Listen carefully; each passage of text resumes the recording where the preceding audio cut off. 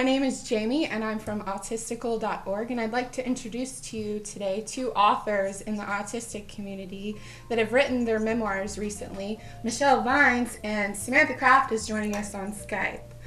So we'll get started, and the first question, in your own words, what is autism?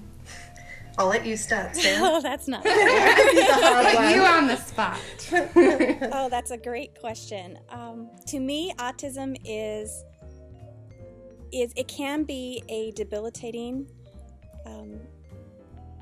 condition that for some people definitely need accommodations and assistance, and myself included. But how I see it in more of a holistic outlook is it's a different way of viewing the world through a different lens, a different perspective, and processing what we see in a unique fashion compared to people that aren't autistic. So, I mean, you can look online and find a lot of definitions about autism and what it means in the DSM-5, the diagnostic manual. I see it as a neurological condition that affects the way people see and process the world.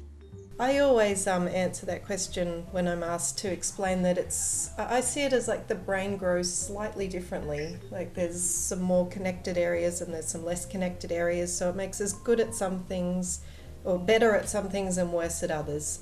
So we sort of communicate and process information a bit differently.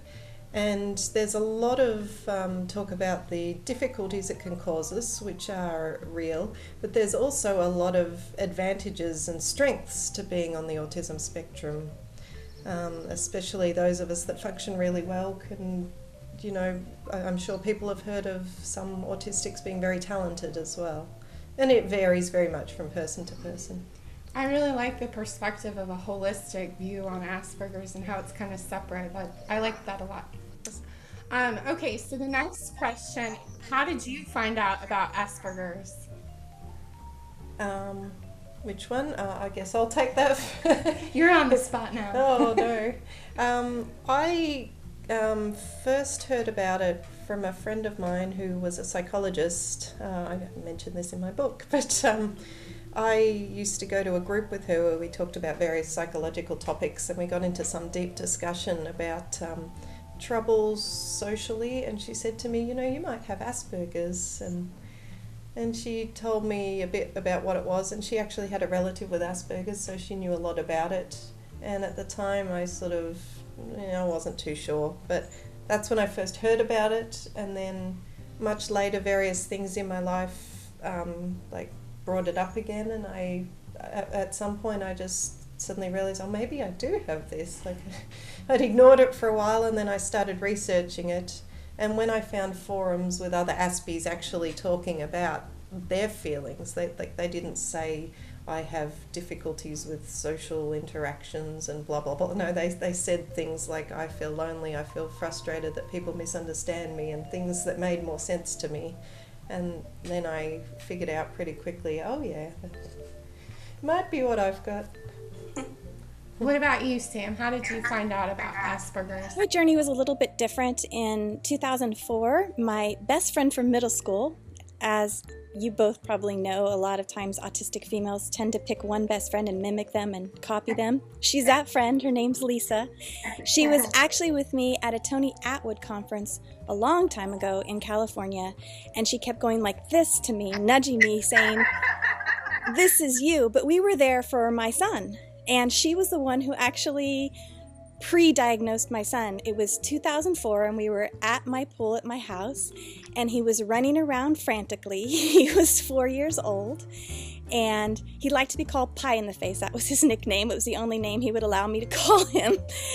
And I said, I've taken him to the doctors. I've tried to figure out what's going on. I cannot figure out what's wrong. I used to be a school teacher. I used to teach parenting classes. I'm an avid researcher, and I could not find answers. At that time, there wasn't a lot on the internet.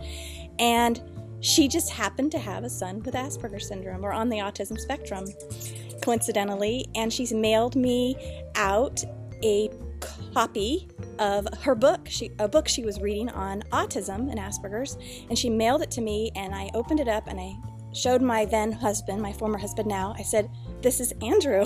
This is Asperger's." And from there, that's where the journey began with him. We took him in to get diagnosed. Approximately a year later, he was diagnosed. And then for myself, about 4 years ago, I was starting a master's in counseling program. I didn't choose to finish it for various reasons that I discussed in the book. But part of the requirement was to go see a mental health therapist. And she had been seeing my son. And when I started seeing her, I said, "Do you think I might have Asperger's?" And she looked at me and she said, "You? Most definitely." Because I would sit there and I would talk the full hour nonstop, blah, blah, blah, blah, blah. And so from there, I started my writing journey specifically about Asperger's. I've been writing before then, different aspects of my life and spirituality, but I started with a focus on Asperger's. That's when I started my blog, Everyday Aspergers. And from there, the journey unfolded. Okay, so the obvious next question is, how did people respond to your diagnosis? Shall I go first? Sure. For me, it's always been a case of people who haven't known me very long or don't know me well are sort of like, "Oh wow, you seem normal," you know. I don't know whether that's a compliment or just it's sort of neither here nor there. So I seem to come across nowadays. I fit in nowadays. Yeah, well, I fit in on the surface. I know underneath there's different things going on. But for people who'd known me for a long time, I got more of, "Oh yeah," or a few people told me, "Oh yeah, I figured that out." Like they knew, they didn't tell me, like they knew before I had any idea it existed. Like my brother, when I told him, he said, "Oh yeah, my wife worked that out, she's a teacher." and a guy I went to university with told me I worked that out, and he said it made you cooler. Yeah. It was like back at university, I had no idea. I had quite a bit of the same response. Yeah. Sam, how did people respond to your diagnosis? I was fortunate to process a lot online on my blog, and so the majority of my responses, even though they were from strangers from across the world, were very supportive and kind, and I built a community after starting the blog. So I've always had other women with autism who believe to be on the autism spectrum around me. So from the virtual world, it was awesome. From my everyday life here where I live, it wasn't so easy. From my former husband, it was fine because we had a son with Asperger's, and obviously he knew me well, my former husband, so he knew that I had some of the traits. I talk about in the book, during the program at the university, I actually had to drop out because one of the professors there, my therapist had suggested that I let them know that I have Asperger syndrome because I was training to be a therapist, and they thought, she thought that letting them know was just a logical step. But when I did, it wasn't received well. They looked at it as more of a mental illness and accused me of making it up so that I could be more like my son, and that under the family system theory, the professor said that I was that my own son's Asperger's had been likely caused by my family and the environment. And then he went on for 5-10 minutes to essentially degrade and shame me. That's crazy. Saying that I had announced to the world that my brain and my son's brain were broken. Yeah, so I didn't know it still affected me, but so from the virtual world, I immediately began to connect with other men and women on the autism spectrum, because from the day-to-day living here, I wasn't getting that support. That is just one person with a really, really wrong attitude to it all. Definitely. That's so unfortunate he was in a position the of other power. person in the department, when I went to explain what happened, she said it was best that I withdraw and never mention Asperger's to anyone because they're not my therapist. No, that's just wrong. Yeah, and so that was one of the motivators to keep writing, and one of the energizing events in my life that made me process and made me write. So in retrospect, I see it as, I wouldn't say I'm glad it happened, but I know life is like that and things like that happen. And having had that happen gave me that motivation to get the word out there that Asperger's isn't something to be ashamed about and isn't something that you shouldn't be able to tell people, especially if you're going to be in the counseling field.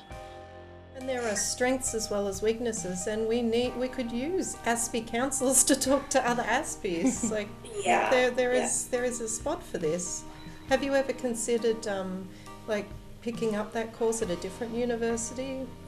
I imagine a lot of them would be a lot more tolerant than that. I'm thinking of going two directions, either a PhD in education and focusing it on teaching adults with autism and employment with autism, or going and getting a second master's degree in the field of counseling. But I'm leaning away from that. From my personal experience, there's a lot of connection, and I don't even like to use the word healing because I think we already are whole and complete, but there's a lot of connection and insight that can be gained from sharing stories and having a community more so than counseling. I think a lot of people with autism and people in general would heal a lot of their wounds and gain a lot of knowledge from community and sharing what we've been through. And that's one of the reasons why I'm glad we're doing this today. It's the reason we've both written memoirs, actually. I wrote my book for similar reasons. I think it makes it mean so much more to me, even now, that to know this story about you, especially because of the work that you're doing with Aspies and getting them jobs, because I'm a byproduct of that. I don't think Michelle and Josh even know that yet. At Ultra, I'm working with her now. Oh, wow. I was almost positive. I was making the connections because you know how I am with faces and names, and I was almost 100% positive it was like the same person.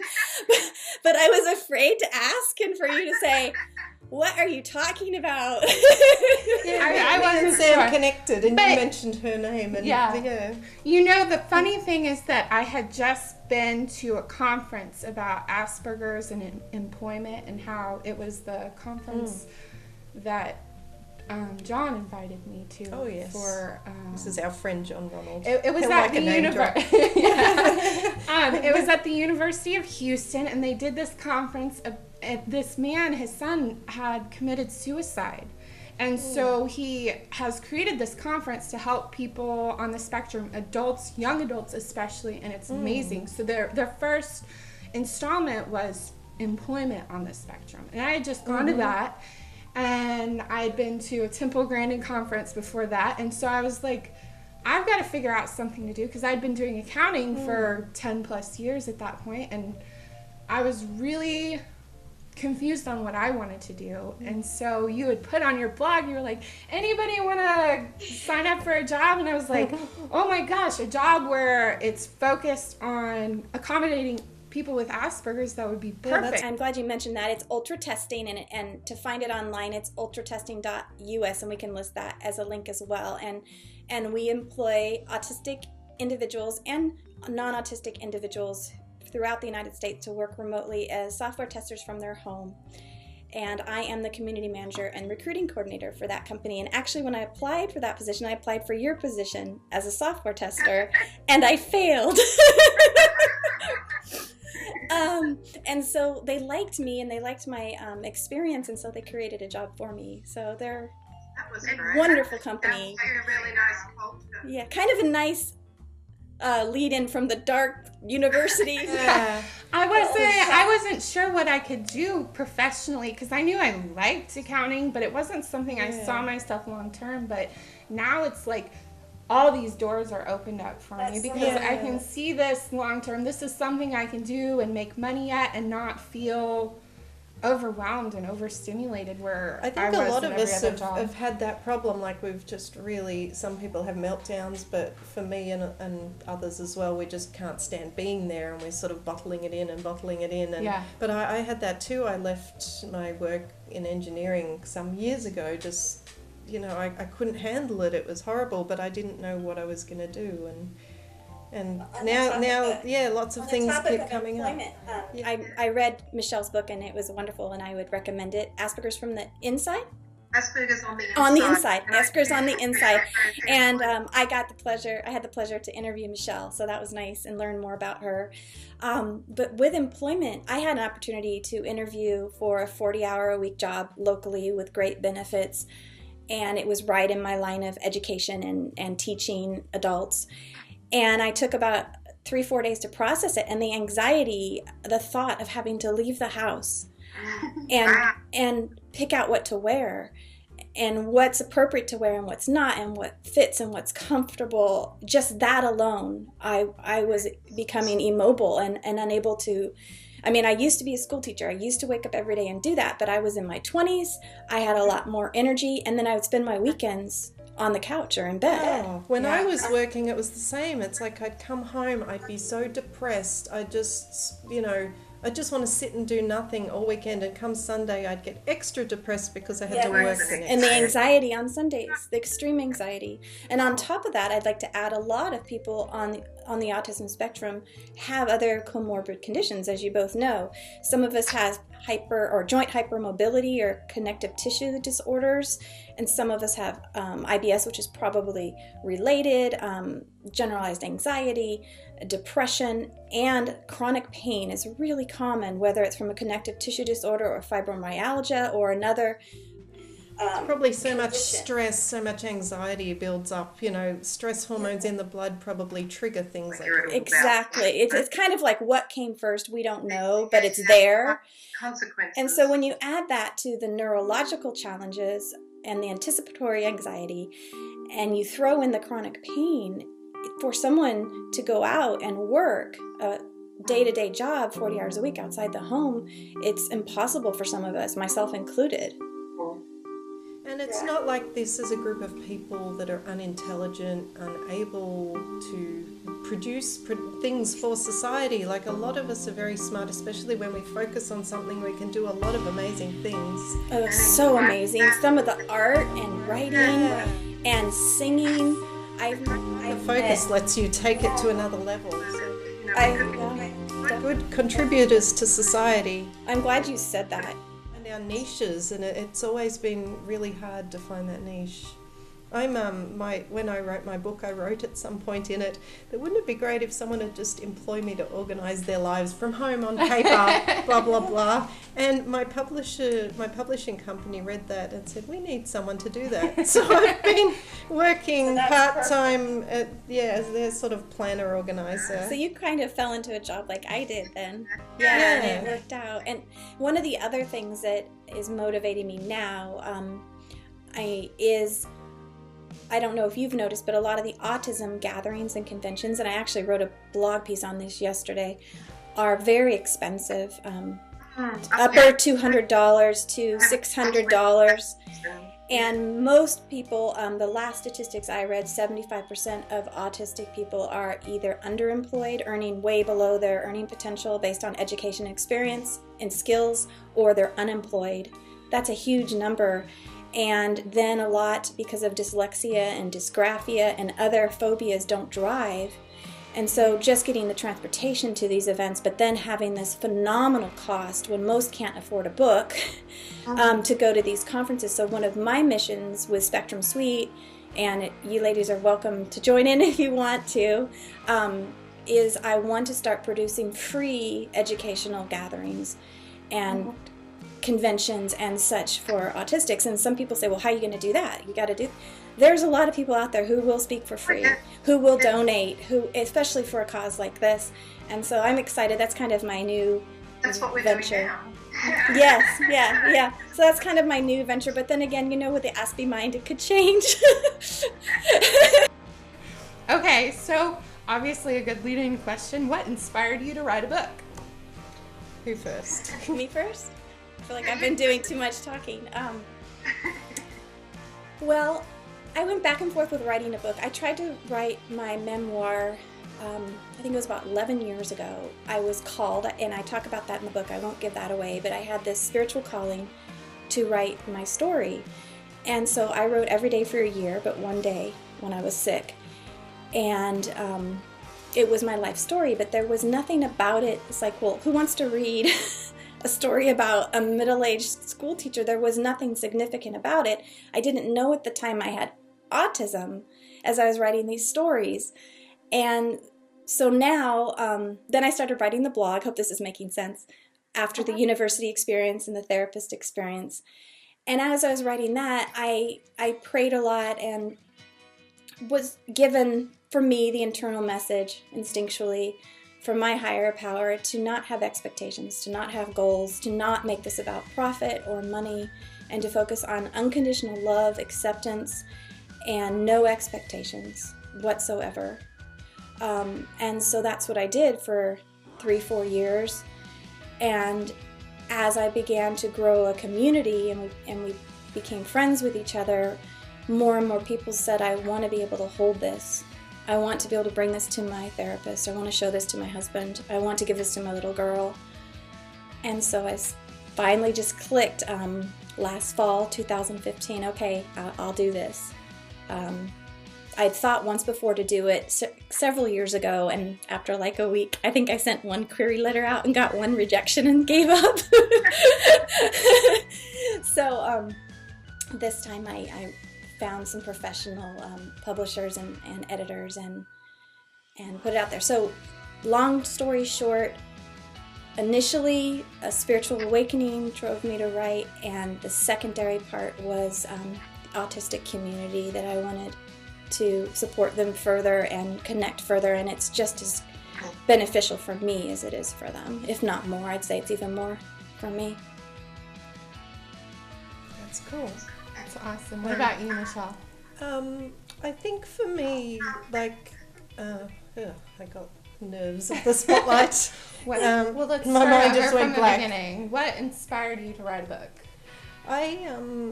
I had sort of thought of jotting down my thoughts for a long time, but I think for me it was a little bit about frustration of feeling misunderstood.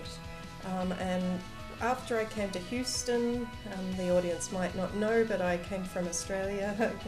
No accent here. Yeah, Nobody knows. Can't tell. I came here with my... Yeah, sure. Yeah, y'all. I can't even say it right. I came here with my ex-husband, and then I had trouble fitting in with expatriate wives, and I had some experiences where I just felt like I ended up isolated, and I found I was frustrated with having trouble. At the same time, I was learning about Aspergers and getting my diagnosis and trying to tell that to people, trying to find new friends, trying to fit in. I had this experience where I ended up very isolated because I struggled to make friends in the first place. I'm sort of not just a social butterfly, it takes me a long time. And then when I started telling people about my Aspergers, or the close few people, I think I was too intense with it. I was having too much struggle at the time, and the few people that I did try and talk to about it sort of moved on, and I just ended up really alone. And like I wanted to explain to everyone.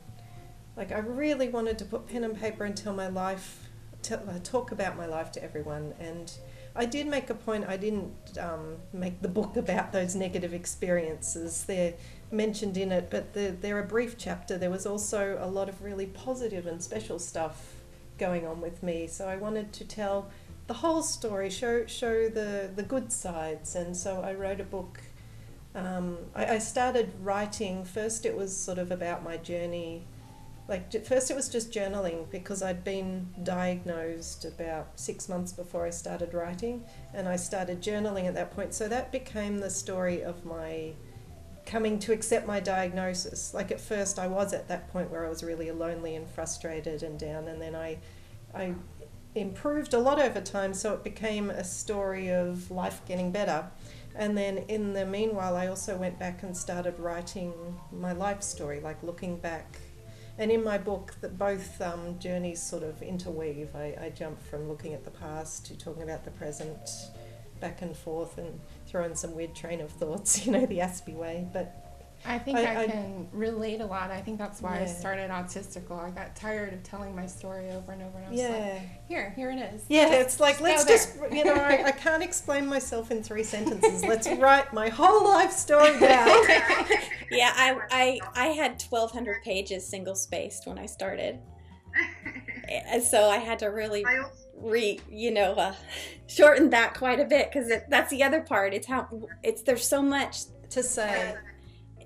Going through the journey as a person with autism, going through life with a person with autism, there's so much to it that it's hard. What parts do you leave out? It's like, where does my humanness, like you mentioned in your book, or I think we mentioned in the interview, it's like, where does my humanness... Oh, where does my, what's my personality and what's my Aspergers? They're just intertwined completely. I think that's a human question, really. And when you think about what are we influenced by biologically and in our environment, all of us, by hormones, by what we eat. So it's a similar thing. And so what do you leave out? And what is significantly Asperger's and what is just being here? It's hard. Yeah. And I wanted to add that with my book, I specifically wanted to write it so that regular people could enjoy it. It wasn't just an Aspie waffling on. So I spent a lot of time in the editing and fixing up the chapters, making sure that I wasn't repeating myself and doing all the awkward things I'll probably do on this video, but to make it a clear, easy read. And so I made it a story. I kept it interesting. I kept it flowing. And, that was in the editing. The way I reviewed your book is it's like sitting down and having tea with you. It's that relatable, and it's easy to read in a positive way. It's well written, but it's easy to read so that you can gain a lot in a short amount of time. And I'm very sensitive to words and people, and reading your book, it just made me feel lighter and happier and connected to other women that have autism. And so many of the things, even our quote-unquote bad person, we both had the same name in our books. Oh, really? Rosie. Yes, I threw that name in. I changed a few names, not because I thought anyone would sue me, like it's all the truth, but I just didn't want to potentially have trouble. So, For my book, it's 150 of my favorite posts. Most of them very much shortened so that the book wouldn't be too long, and then modified and then embellished with little parts of posts that I couldn't fit in that I wanted to, because the blog has over 500 posts, so this is 150. And in those 150 posts is intermingled, much like Michelle, with flashbacks of my life. There's one about me being in college, and there's high school, and being a little girl and the sensory experiences. And then the ending, I won't give away, but towards the end, it's kind of that big climax of something tragic that happened, and interwoven with how I was called to write the book. So,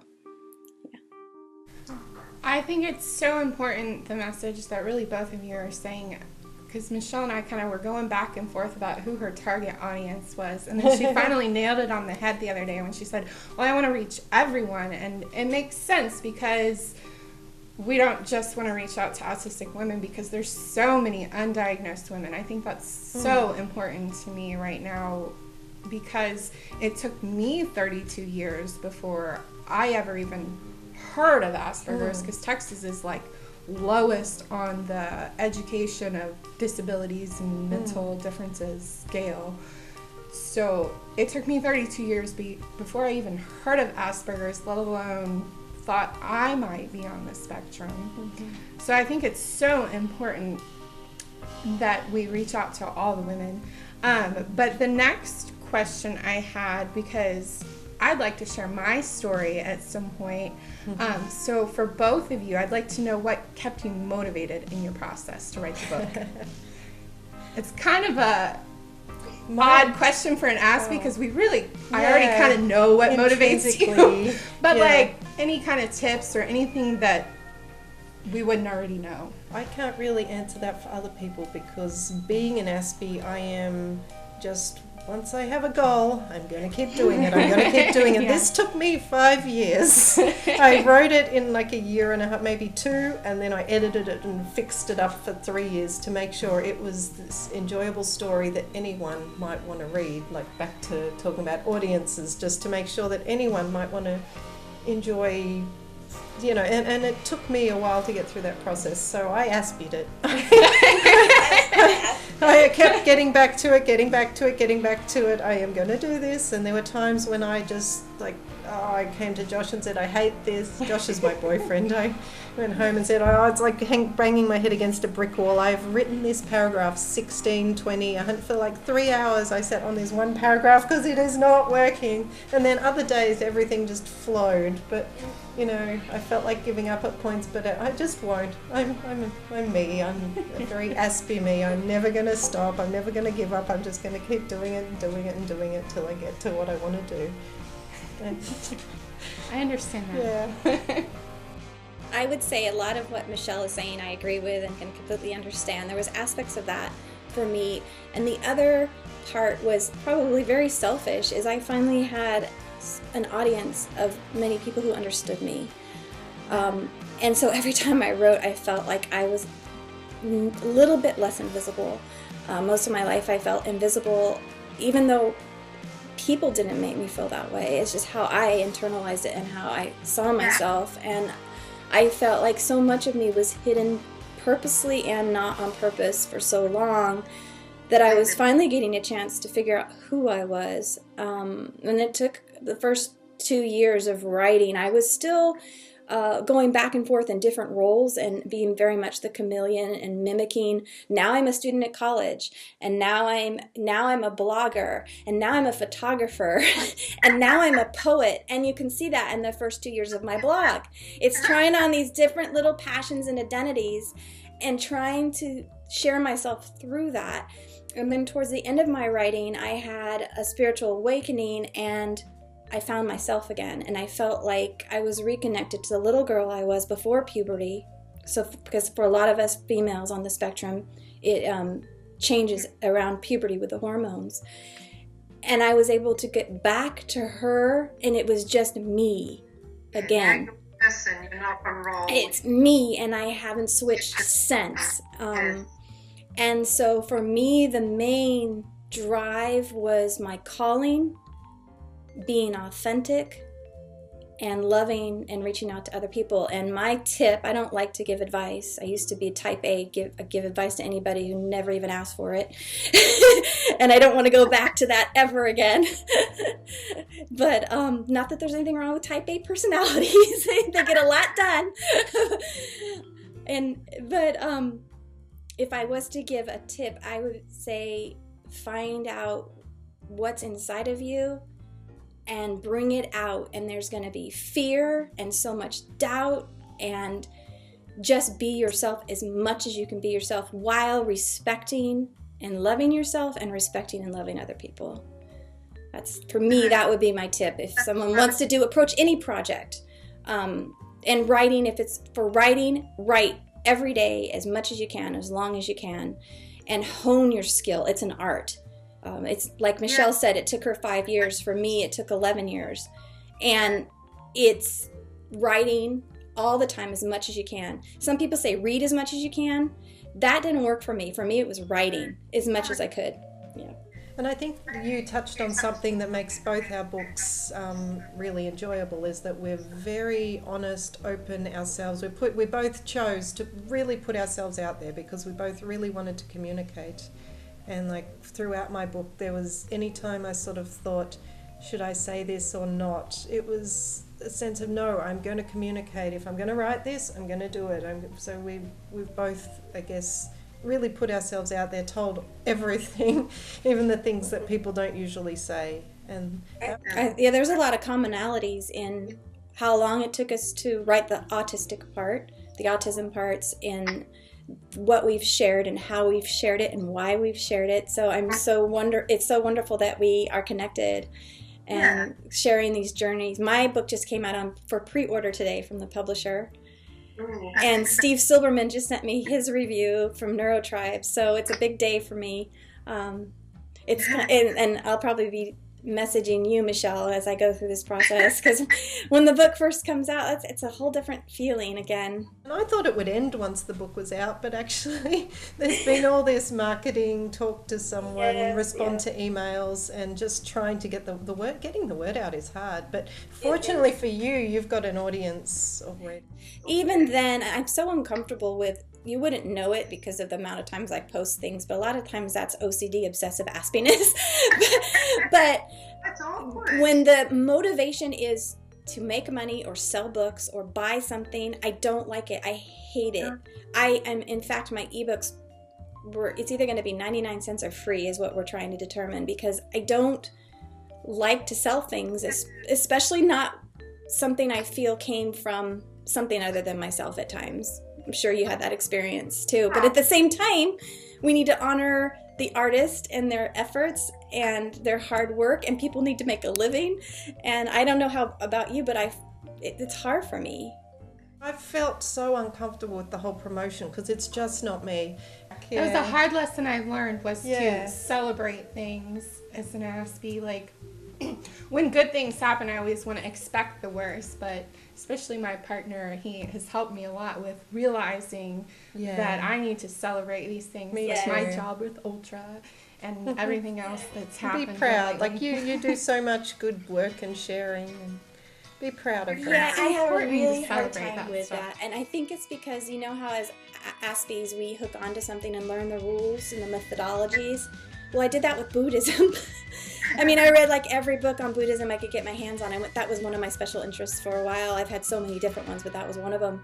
And it talks about balancing and, you know, never getting really too high or too low, and just taking everything in as an experience and not judging it as good or bad or wonderful. And so I get caught up in the Buddhist rules. Like I go through my whole day thinking, am I being the right kind of Buddhist? So I have to, but my partner's the same way. He's been teaching me about, he has Aspergers as well, and he's just been teaching me about, it's okay to feel good about this. It's all right to feel happy about this. And I don't know how much of that is my being raised in a childhood that wasn't ideal, having a father that wasn't always there, being autistic.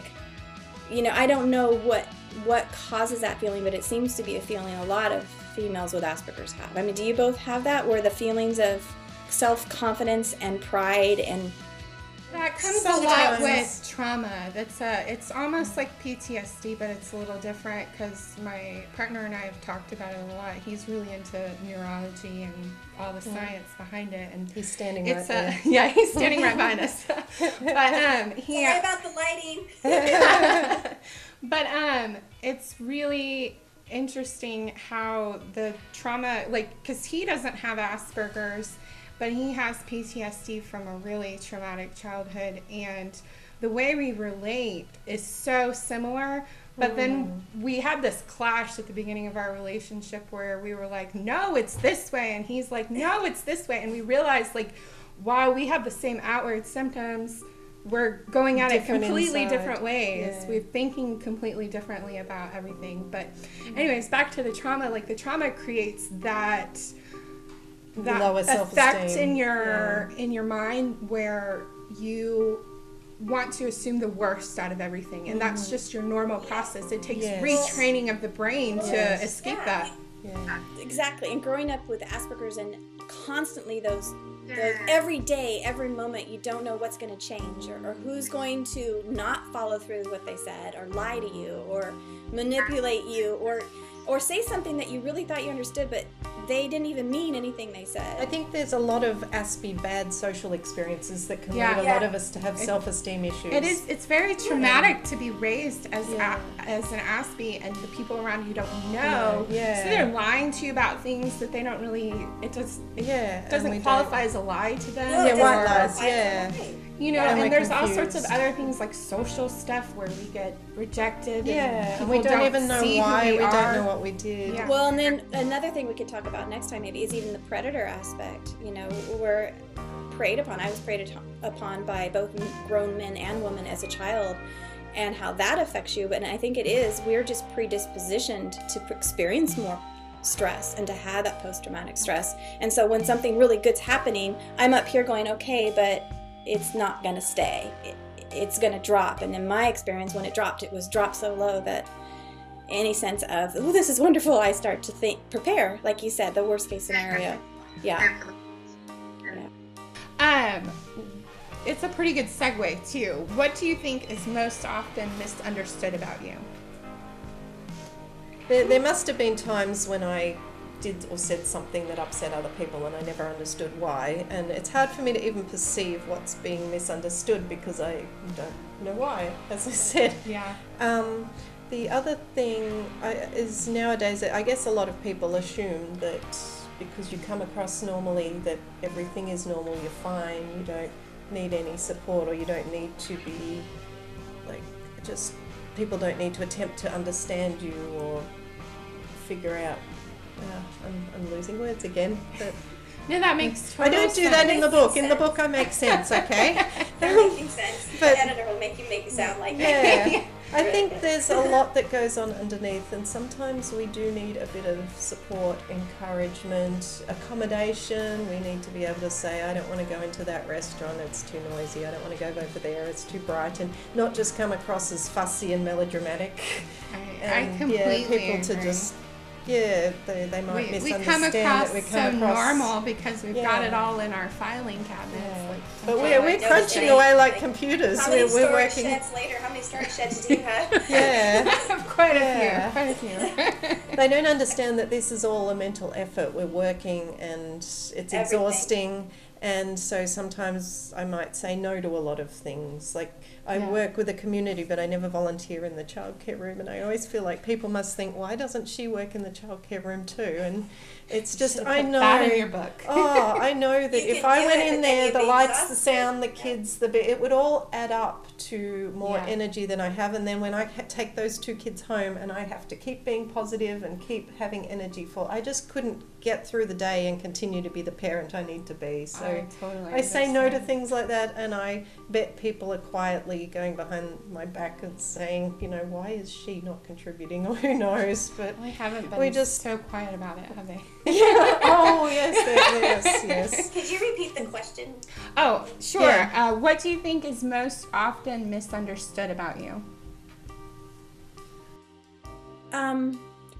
I'd say most recently going back into the workforce is same things that happened to me in my early years of teaching and also in school and college, and sometimes to a degree in high school, is I come across as a know-it-all, and that I'm trying to push my thoughts and ideas onto people, and that I want them to believe it and agree with me and follow me, but I'm really not. I just have so much information that's coming to me at one time. I sometimes can think I get 3 levels of 3 different things at the same time and work out 3 different issues. I can't even explain how it works, but my brain seems to have back burners. And so when I am sharing, I talked a little bit about this at Different Better through ultra testing, I can see so much like a giant spreadsheet or a grid, and I'm only sharing the tip of the iceberg, the proverbial tip of the iceberg, but it still comes out as much more than most people share. And so I come across as bossy, controlling, needing my way, pushing myself. I mean, I've practiced not to be that way because after I realized I had Asperger's, I realized why I was doing and why I was doing it. And so I can be more quiet and hone in and learn. But it takes, like Michelle was saying, and you were saying, it just takes so much energy, mental energy, just to appear quote unquote normal. And for writing, for me, has been my outlet, because I can go write a 5-page post and get everything out. I mean, I'm a prolific writer, as you probably know, and I can just write an article, give me an hour, give me 2, there's an article. And so finding that outlet for all these ideas inside of me has helped me to not be misinterpreted as much, but I still am. Even some family members, they see me in a light that isn't who I am, and I know it's not who I am. But I talk about it in the book that I just came to accept myself as is, and that no one's opinion of me is who I am. No. I'm the only one that really knows who I am, and even that is questionable. I keep interrupting. That's something I'm trying to stop myself doing. I'm always struggling with that, so I apologize. I didn't even notice. My eyes were to the ceiling. I just wanted to interrupt and say that I think Aspies communicate primarily to pass on information, whereas typical people communicate with social as the key intention and information passing second. So we sort of get to the point and throw that information out there and throw out instructions and it comes across as bossy and all these things that you talk about, and I think we all relate to being perceived that way. But it's just that we aren't primarily focused on how will the person feel when I say this. So let's frame everything in a way that makes other people feel good first and then communicates information. We just like, this is the information, let's get it out. I don't know if you guys think in pictures, but I do. But when I think about how people speak and communicate that aren't on the spectrum, autism spectrum, to me it seems like there's all these rules, and you know how I can look at multiple levels of my thinking. Well, it's like they can look at multiple levels of communicating rules. It's like their gift, like they know everything in this book, this imaginary book. They know everything before they open their mouth. It's like they just know it. They've been programmed with it, and so they're following all these rules and guidelines and going all down all these slides and curves and tunnels, and it's easy for them. It takes no energy. It's just intuitive. And then for me, when I open my mouth, I feel like I'm actually reading the guidebook again for the first time. Probably because of the theory of mind thing, like you don't automatically feel how they're feeling when you say things and know how they're going to feel when you say things. We have to sort of think about it a little bit. Whereas they intuitively know, so they intuitively know before they even speak the impact. I don't think that's what it is for me, because I'm very empathic. I even was a psychic for a little bit. I even have my own business. I've had precognitive dreams since I was a little girl. That sounds far out there. It's just the way it is. And I think we all have that ability we can tap into, but that was completely off track. But I do intuit what people can feel and think, and sometimes I feel like I'm reading their mind to a degree by looking at their body language and listening to their tone of voice, because I've trained myself. And I become almost unable to talk because I can almost guess what they're thinking. And in my past relationship, I could. My former husband would say something and I would say, "Is this what you mean? Is this what you're really thinking?" And he would say, "Yeah, that was exactly what I was saying." I'm like, "Well, why didn't you just say that?" I think I can totally relate to that. I can remember people talking and being like, "Why don't you just get to the point already? I know what you're going to say." Yes. But I think what y'all are both getting at is the problem really is being able to verbalize and express yourself in the moment. That's where our problem is. Like, it's hard to do that for us sometimes if we're not completely comfortable, especially that we can't verbalize our emotions and the things going on. Like we can, for me, instead of seeing in pictures, I see a lot of repetition and what is the word I'm looking for? Patterns. I see patterns. That's why I wanted to do the ultra testing. That's why I thought that would be good for me. That's why I was good at accounting. Like I see patterns everywhere. So especially with people, I see people as patterns rather than you know. And I see the empathy in patterns, and I see how I know how somebody is going to respond. Yes, and that's exhausting too, because we're almost seeing that. And I don't mean it in a weird, far out there way, but we almost are seeing somehow logically the future. And so we're processing what's happening outside, what's happening inside, and what's going to happen all at the same time. And when I talk to people, I nowadays am quite good at reading and predicting. And the predictions are sort of from patterns of behaviour. So I'm good at it now. I get along with people, but it is a computation. I've gotten really into sci-fi because of that. And when they do stuff with traveling in time and future. And I think it was Fringe where they, these guys learned how to travel in time because they're so smart and see all the patterns and they can predict the patterns. But let me get in this last question because I think it's the most important one. If you could get one point across to society about autism, what would it be? This one's a tough one, so I saved it for last.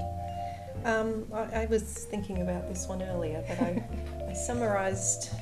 I scribbled something down there. I was trying to read, but I couldn't quite read it there. But I think it was basically that like every single Aspie autistic person is different. We all have different needs, but we all do need support in different ways. Like they don't just assume that, you know, some people need it more than others based on how they come across, because that's just how you perceive us, not what's going on underneath. But also that we have wonderful things about us. A lot of Aspies are very sweet, loyal, honest, open friends. There's a lot of good qualities. Funny. A lot of us are funny, whether we mean to be or not. A lot are pretty too and handsome. Well, I think that you get some that are, some that aren't, just like in the rest of society. I am partial to Aspies, so. I really like the personality trait I like the most in people is honesty. So when we you tend say to be honest, Aspies direct. are prettier and more handsome, I think that's true because I see the honesty. You see the personality. I find that a lot of Aspies. Pretty is a huge spectrum. I think everybody's. Yeah, I see a lot of Aspies as pretty and handsome, so. really sweet, honest, open people who we can communicate. Well, I can communicate with, maybe not to the rest of the world, but we can make really good friends, and we also have the ability to contribute a lot in the world. Like we don't always do well in conventional 9-to-5 jobs, but a lot of us have, if not talent, just ability to hyper focus and produce a lot. And if we, you know, in the right niche, when we're in the right environment, we are a productive part of society, or we have the potential to be, and we are wonderful friends. We definitely have the potential to be. We're not, you know, just a disability that people need to support. Right. We have a lot to offer too. I like your answer because it's completely different from what I was thinking of, and so I think that was really important to mention all those things you mentioned. Can you just repeat the question for me again? It's just because I need to know the exact question. If you could get one point across to society about autism, what would it be? I would say, since we're sticking with one point, I would say, you know, kind of following the rules. I would say that another way of looking at autism is that we are neurodivergent, something I just learned recently. I was calling myself neurodiverse, and I guess that's wrong when you're speaking of terminology. A society is neurodiverse or a family is neurodiverse, but we as individuals are neurodivergent, which I don't really like the sound of it because it reminds me of some type of movie. But, neurodivergent. That autistics are part of the neurodiverse society and that we're neurodivergent, and what that means, it's a term that was coined in the 90s to bring about inclusion for people who think a little differently, like dyslexic people, which is a comorbid, you know what I mean, is an aspect of having Asperger's, sometime a trait. I can spell it better than I can say it. And that we see the world differently. It's biologically, neurologically, how we are wired. It's not a mental illness. Can we have a mental illness or disorder or condition with the Asperger's? Yes. But is Asperger's and autism a mental illness? No, it is a different way of looking at the world, and it's just the way our brains are made. And so I would say it's not an abnormality, it's not a disorder, it's not a syndrome, it's not an ailment, it's not anything except for just being a unique human being with a unique outlet. That would be what I would say. Yeah, that's perfect, completely. I guess we better wind up because I've got to go and get my kids. Right. Do we all say bye or something? Yeah, it was fun. What would you like me to do? Oh, bye, everybody. Bye, everybody. Thanks, Miss Ramble. And thank you for tolerating us.